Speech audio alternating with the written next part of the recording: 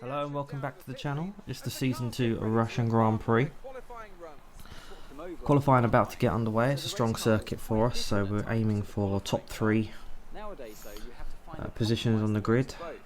Practice went fairly well, we topped all 3 sessions. And tyre wear isn't really an issue here, so should have a good weekend. So this is the first run that we had. Again with the standard 2-run session. We've got a Red Bull just ahead of us, which is gonna hold us up just a little bit through these couple of corners, but as we come through onto the straight, should get a nice little bit of a toe. DRS almost screw into the back. I think it's our championship rival Verstappen actually. And as we come across the line, that's P1 with a 1:33.0. I think there's a couple of mistakes on that lap, so hopefully this second one will be a bit better and we'll be able to hold on to our pole position, because no doubt everyone will improve. But that's not started well. We've run wide on the start to the lap, taking out the bollard as we begin our last attempt. Already in the red down on the first lap, but we've clawed some of that back through the middle sector. Butler's currently second, so we've got a little bit of a buffer to Verstappen at the moment. With I think both Red Bulls are currently in the pit, so we should hold on to our pole position providing one of the Mercedes doesn't go ultra quick. It's still green,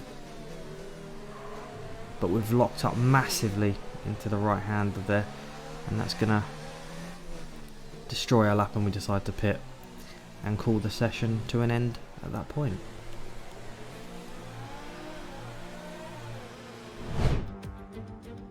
So it's time for the race. Season 2 Russian Grand Prix.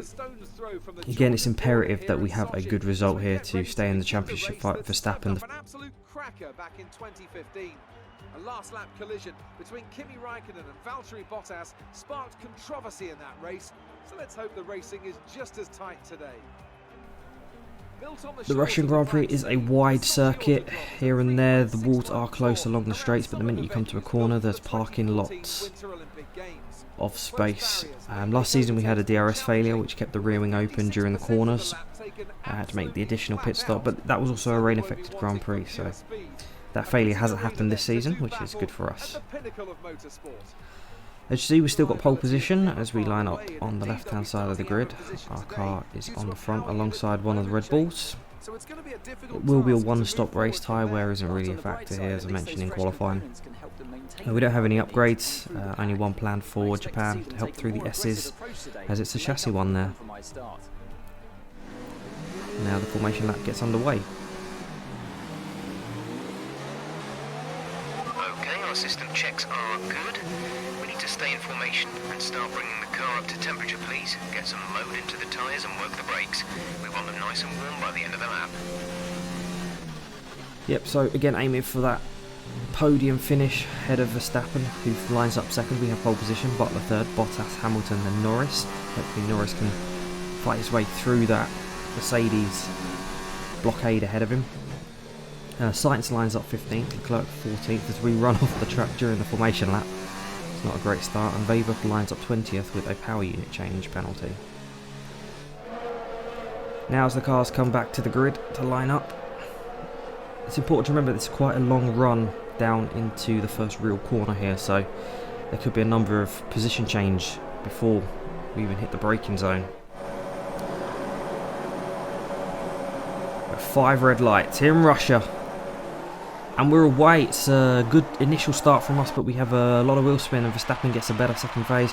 We cover off Bottas, but that gives Butler a chance around the outside, but we dive towards the inside of Verstappen for the braking zone. Last of the late breakers, we mess up just slightly, but Verstappen's not able to counter-attack up the inside. As we go through the flat left-hander, Verstappen goes to the outside, which is now the inside, which is then the outside for the next corner. But just can't make the move stick then. We hold on to the lead through the first sequence of corners. But behind there's a few overtakes. It's Butler up the inside of Hamilton, or Hamilton around the outside of Butler, I think. This is further down on the first lap as we go towards the heavy braking zone. Right-hander, that's Verstappen around the outside of us, but can't make it work there. Right now we really need Verstappen to finish outside the podium, so the play might be to hold up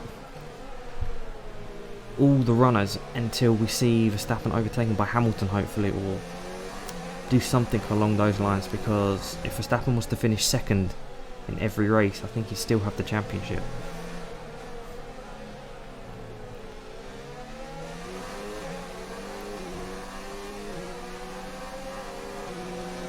So Verstappen should have the slipstream. He won't have the DRS yet because that's not enabled till the next lap, but he will have the slipstream as we go to cover up the inside and ease back across, leaving a car's width on the left. And that's Hamilton up into second place, so the plan has worked there. As we see back on the replay, we come sliding across the front of both cars and just break in front of Verstappen, giving Lewis the chance to go around the outside and provide that buffer that we need. No doubt Verstappen will be all over the back of that Mercedes though, as we come across the line to set fastest lap. Great work. That's a new fastest lap for the race. The target now will be to just pull away the best we can.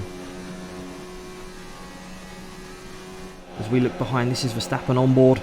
Goes around the outside of Hamilton. Will Hamilton hold it on the brakes? Not quite. The Red Bull's just got way too much grip. And that's Verstappen back into P2. We're leading our teammate by 2.8 seconds. They're on fresh softs. They're in sixth. The time last lap was a 1:39.6. So Lando's still in 6th place. I mean, this is not helping our championship cause. We really need our teammate to be up there fighting with us at this point. Another fastest lap. Fastest lap of the race. Keep this up. So we can only really push now and build a gap to Verstappen, because if we were to back up the pack anymore, we'd be susceptible to attacks from the two Mercedes. And it doesn't look like Lando's going to be able to carve his way through. So it looks like we're on our own for this one, and this is a Lando update. He's been overtaken by the Racing Point of Pierre Gasly.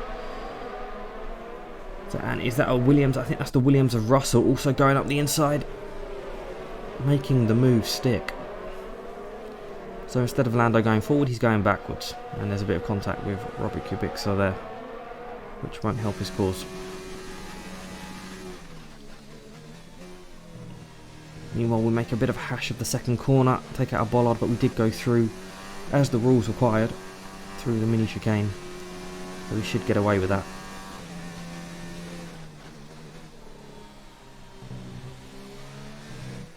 So we do have a sizable gap to Verstappen, so we should hold on to this lead. Careful on the tyres.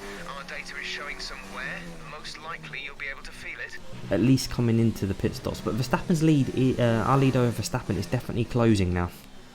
It's interesting because the Red Bull doesn't seem to be affected by tyre wear. In this lap, push now. Which is clearly an ultimate upgrade or something they've got. But that's something that's really affecting us. I mean, tyre wear in Russia really isn't a big problem. But it's actually virtually non-existent on the Red Bull, as we try and get it slowed down for the pit lane. It looks like Verstappen also pits on this lap. So we need a good pit stop from the McLaren boys. And we are out, still ahead of the Red Bull, which is good. But the question is, how much time do we lose on the entrance and exit as we come through the first corner? Verstappen is right on the back of us.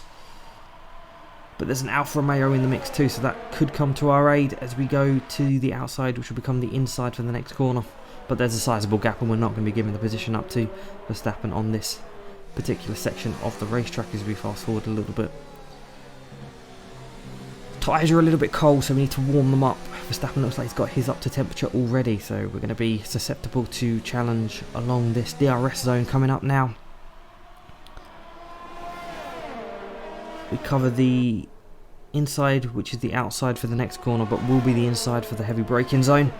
And Verstappen round the outside already, not much we can do. We try to dive up the inside a little bit messily, but Verstappen holds on to the position. That's not good. We can only stay with the Red Bull, keep our head, and hopefully get past the next DRS zone. We are quicker.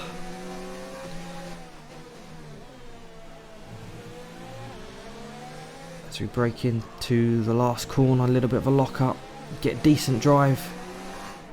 We've got DRS available to us. Side by side championship leaders. And we are through. This is great so far. We're 5 positions up on where we expected to finish.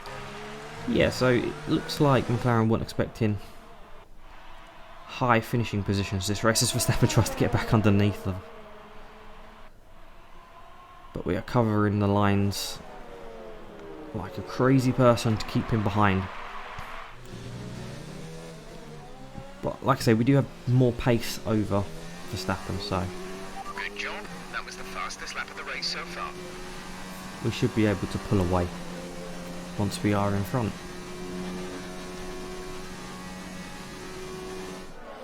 This is the racing points coming together, it seems. Big lock up from... Not sure which one that was actually.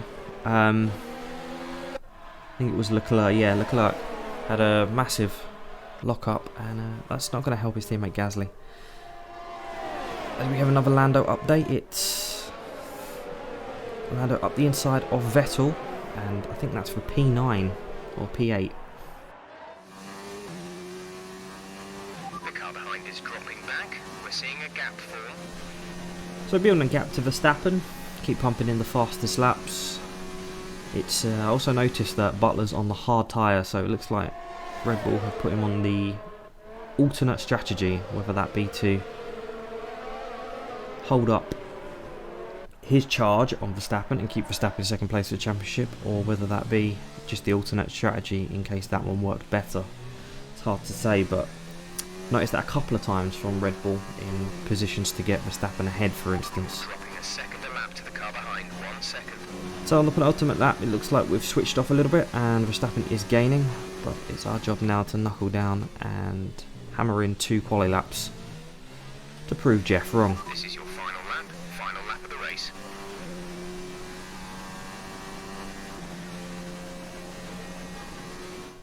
As we come through the final 2 corners of the Russian Grand Prix, we lead, we set fastest lap, and that's a race victory. Great job. You've done everything we wanted today.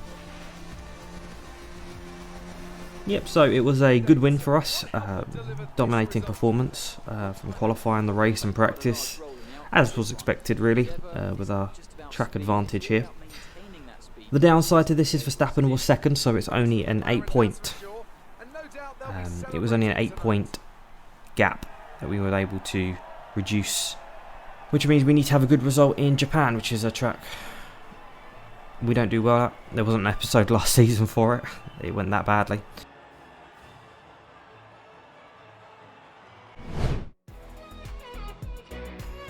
Confirmation of the results. We do in fact win the Season 2 Russian Grand Prix, take fastest lap, so have the full 26 points. Verstappen second, Butler third. And Russell, an amazing performance in the Williams there to pick up 4th. So with the way the championship is at the moment, it's going to be a difficult task, but there are 4 out of the 5 races we are capable of winning. So hopefully, as there is the 15-point gap now, so hopefully we can do something and at least make it close for the end of the season. Whether or not Norris can close in or not, it's more of a hope, I think, than a reality. So the constructors, Red Bull still top. I think they've won that one now with an 89-point lead. We've won more races, but they've had more consistent finishes and better upgrades. Anyway, that's it for the F1 content, and thank you so much for watching. Stay tuned for the weekly livery challenge, and I'll see you next time. Goodbye.